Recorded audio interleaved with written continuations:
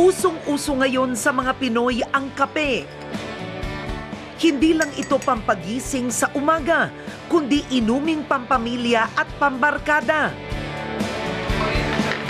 Mula sa kapeng Vendo hanggang sa mga sosyaling frappuccino o ice blended coffee, patok talaga ito sa mga Pilipino. Kaya't kaliwat kanan ang mga nagsulputang cafe at coffee shop sa bansa. Kung meron ng sikat na Starbucks, aba, dito sa Baliwag, Bulacan, merong Red Box.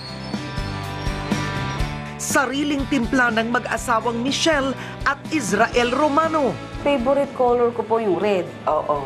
Nagkataon lang po din na same din sa kanya, ganun din yung color na gusto niya. Kaya yun yung pinangalanan namin na red. And box means money. Ipinatikim sa akin ng mag-asawa ang kanilang signature drink na mochaccino. Condensed, Sa full cream. Full cream. Nako, nakakataba to.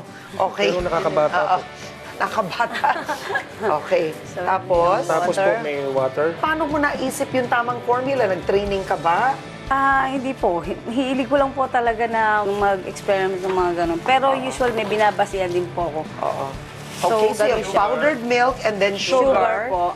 And then, ito po And yung then, ating mocha Oo. flavor. Ayan po. So, we need to put So, ice cream po. ice cream. Ito, coffee crumble ang flavor ng ice cream. Opo. So, Ayun. last one po yung ice natin. Okay. Yan. So, talagang pag mainit ang panahon, ang sarap nito, no? So, magkano benta nyo dito, sir? For ano? So ito po, binibenta natin ng 65. 65. So, dito sa 65, ang tubo nito, magkano? Kalahati. Kalahati. Very good. Ang galing. What a winner. Talagang winner. Bukod sa iba't ibang coffee blends, nagangain rin ang Red Box ng mga snacks.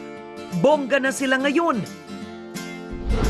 Malayong malayo sa buhay nila noon, si Israel maagang namulat sa hirap. Nung bata siya, kinailangan niyang maglako ng balot, pandagdag kita para sa kanilang pamilya. Yung experience, siguro yung nahihiya. Nahihiya kasi in terms na yung makikita ka ng mga ka-classmate mo or makikita ka ng mga kapitbahay mo, bakit ka nagtitinda ng balot. So, yun po. Yan, at the same time, yung mga nakakakilala na parang mababa ang tingin sa'yo.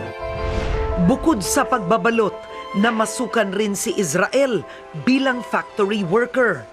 Medyo mahirap kasi 16 hours pag sometimes we work 16 hours in a factory at the age of 18. I question God.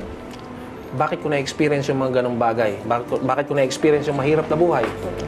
So, meron palang dahilan. In everything, God has a purpose. Kaya na-experience ng tao yung mahirap na buhay kasi meron something na naka-ready o nakalaan para sa'yo.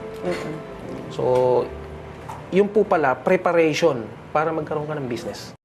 Hanggang dumating ang big break niya nang makapagtrabaho siya bilang housekeeper sa cruise ship. Pero hindi pa rin naging madali ang buhay OFW para kay Israel. Talagang nandun yung puyat, pagod, hirap. Compare dito sa atin sa Pilipinas, hindi naman typical working hours na 8 hours. It is maybe 16, 18, or 24 hours. Ganon ang work habit ng mga... Pero nakaranas ka ba dun ng, kumbaga, minamata ka or may diskriminasyon dahil Pilipino ka? Dahil ang kulay natin is kayumanggi. Ang tingin nila sa atin is maliliit, mahihina, walang alam, walang pinag-aralan. Sakay ng barko, dito nakilala ni Israel ang misis na si Michelle na nagtatrabaho rin noon bilang housekeeper. Si Israel, no girlfriend since birth, habang si Michelle naman, broken-hearted noon.